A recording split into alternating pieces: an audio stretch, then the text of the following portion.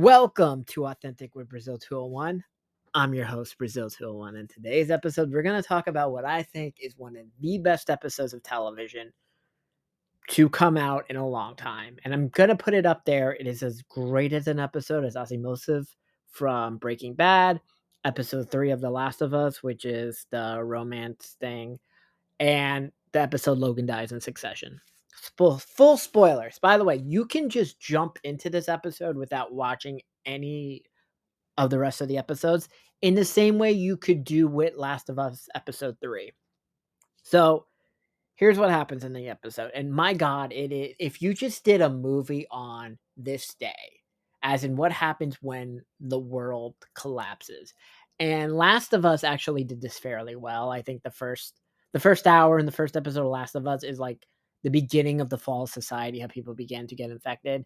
And Walking Dead, well, Fear the Walking Dead did this with the fall of Los Angeles, but a lot of it happens way too quickly. This it's fairly similar to if you saw the movie 2012, where, we all knew about the date on December 21st, 2012, the world was supposed to end. Apparently, scientists in America and female Elon Musk were able to detect that somewhere in 2020, 2032 or 2028, we don't really know what year it is, that a volcano is going to erupt underneath Antarctica that has existed. And the sheer between the earthquake that it causes and the seismic eruption and all the amount of ice that collapses at the one time causes the end of the world. And they were able to predict that this was supposed to happen somewhere between President Cal's second term. So they began a 5-year plan to begin building a super secret bunker in the mountains of Colorado, because they were able to estimate that between the massive tidal waves and seismic shocks that were going to destroy the country, this was the only place to do it. Which means if scientists in America were able to detect this Antarctica volcano was destined to happen, I assume scientists in other nuclear powerhouse countries were also going to be able to detect this was going to happen. So we see the day it begins. The volcano erupts, and we have a clock that appears at the bottom of the corner. 2 hours till impact in Florida. We see Australia get wiped off the map from a massive tidal wave that swallows all of Australia within 30 minutes of the eruption. And there's conspiracy theories happening throughout the entire country for mostly California about this billionaire society building a bunker in Colorado, because you can't really hide construction trucks and helicopter flights in certain areas suddenly being blocked off. And then we see, if you watch the show, you'll know something called Project Versailles, which is where the most elite of the elite were going to go to this bunker, right? And it wasn't just like everyone in the White House. Obviously, it was the chief of staff, his cabinet, the president, the vice president, and not even all the Secret Service. It was only the Secret Service people he truly trusted.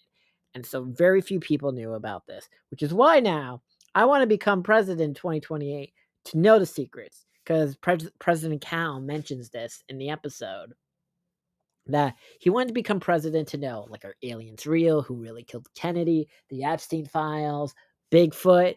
Then he learns this other secret, that the we're going to go back to that at the end of the game. That's the real spoiler of the entire episode. But the eruption of how society and people begin to, they could tell certain people know what's happening because they're calm despite the fact the world is going to collapse. So President Cal pre-tapes a speech that is supposed to air as soon as he's in Air Force One in the sky. And he's an honest guy. He felt guilty about it because he's just like, I'm going to do this. And he's like, no. So he's like, I can't do this. So he goes live to air, and he's like, listen, the world is going to end. I'm sorry. We knew about it. And pretty brave to do it in a White House where not everyone in the White House is going to be allowed. You got people in Secret Service saying it's your job to protect the White House until the president is in the sky, which is crazy. And the entire time, Xavier, head of Secret Service, is like trying to get his wife to get to Air Force to an Air Force in Atlanta because she is like she works at the CDC or whatever. And Cal told her the previous episode, trips to Atlanta are not as safe anymore, which means the hint that the eruption was going to happen soon. But he lets her go. And cell phone service is crazy. Things are breaking, all of it. And there's a beautiful phone call at the end because we see that because of the tidal wave, all the countries begin to launch their nuclear missiles to try to protect their own country, right? So we're getting this nuclear fallout and we see it, and it's crazy. Certain nukes have already detonated in Russia, in China, in India, but now like other nukes are in the sky and they're heading to major areas in America. They know about the bunker in Colorado. So they have nukes heading to the bunker in Colorado, nukes heading to DC, nukes heading to Atlanta, nukes heading to New York. And we see on the map like the nukes happening.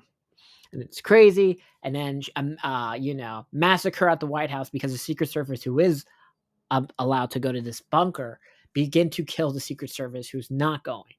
Full eruption is chaos. Air Force One takes off because everyone in the new had their to-go bags ready for this, right? Which is really fucked up. That so many people, like the most elite billionaires, female Elon Musk, they were picking the best of the best to go to the bunker.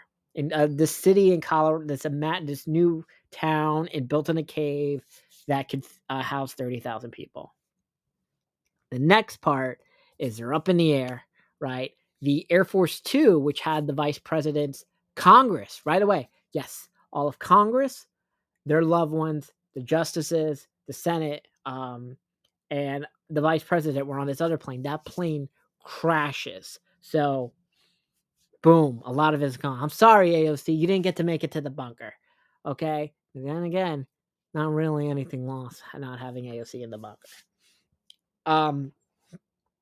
Okay. Then female Elon Musk, which her name right. Female Elon Musk and the president are having this thing because they're like, we have to launch all our nukes now to shoot at the other nukes. And they're like, it's just like we gamed out. Everything is gonna happen, and when the entire surface is never gonna be livable. It's a lot kind of like what happened in the 100, except it wasn't like a natural disaster that caused the world to collapse. But this natural disaster causes the world to react crazy because any country or city that was by the water was going to be underground. So basically, if you were in a place like allegedly, let's say like West Virginia or Idaho, you should have been kind of, I guess, okay. But sorry New York, sorry LA, sorry Florida, you're gone. But then we learn is that the nuclear football is not just nukes. Apparently, the United States has a global EMP system that was built during the Cold War. And now this is also why I want to become president, because I want to know if this is true. Is that the whole purpose of this is because President Cal had a heart. He's like, I want to give people a shot to survive. We can't like have the planet look like a nuclear winter. Is that by doing this, apparently that every anything built after 1962 has a failsafe that can shut off with the blue code, because the red code was for nukes, the blue code is for the global EMP. He does it as soon as it hits 10 minutes till the flight, because it takes around 15 minutes for the global EMP to kick in. He do it, and it's supposed to set us back 500 years because every circuit board in the planet is supposed to be fried automatically. So we see it, and we see on the screen the nuke hits Atlanta, but we don't know if the nukes actually detonated or just like fell in the sky.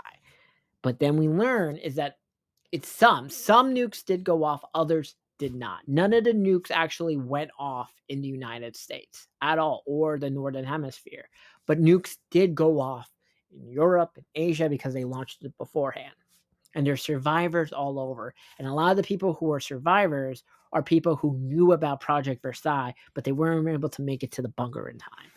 And we learned that his wife has been alive. We thought she got hit by the nuke, but no, right? And female Elon Musk is like, your wife is alive. But like, really, he shouldn't really want the wife because the new chick he's fucking is so much hotter. Like, serious upgrade.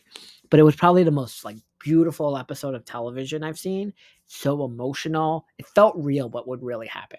By the way, I do not trust right now whether it's Biden or Trump or even Obama or Kamala Harris to do like this execute to get out in time for a situation like this. But look, I promise, as president in 4 years, um, I'm going to put together a list of people I would want to live in this imaginary city that is allegedly in Colorado. Also, because there are a lot of hot people, I really just want to make it. Okay. And I think this is smart. Think about the list of people you would really want to make it in this little civilization, because it can't be all billionaires and scientists and things like that. But I would want like some hot people, because then like you're in debt, like you survived. It's crazy though. Man, the stress in this episode. It really does go up there with like The Last of Us when like civilization falls. It was a phenomenal episode of television that I honestly think everyone should watch. And I forgot if the Emmys still do the best episode of television of the year, because I don't think Paradise is the best show of the year. But I do think this is going to be the best episode of the year, right? Because two different things can be true. But I was like, just I think everyone watch Paradise episode 7 on Hulu, because I did not like the show at first. I was like, "Oh God, this is the guy who made This Is Us is doing it, and Sterling K. Brown's the star." And the pilot felt very This Is Us, and I'm like, "I'm not doing this again." I hated This Is Us. I'm just glad there was no annoying fat bitch like who was in the show that we had to pretend we liked. And you know, obviously today the fat bitch would take Ozempic and whatever. But anyway, this has been another episode of Authentic with Brazil 201.